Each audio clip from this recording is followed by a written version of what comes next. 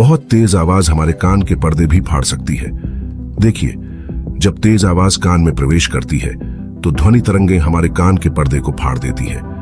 ऐसा इसलिए होता है क्योंकि इन ध्वनि तरंगों का दबाव आपके कान के अंदर की हवा की तुलना में काफी अधिक होता है, और जैसे जैसे यह दबाव बढ़ता है यह कान के पर्दे को फाड़ देता है, जिससे नाजुक झिल्ली फट जाती है और अचानक आपको उस कान से सुनाई देना बंद हो जाएगा। अब कान का पर्दा ठीक तो हो जाएगा, लेकिन इसे सामान्य होने में कुछ सप्ताह लगेंगे।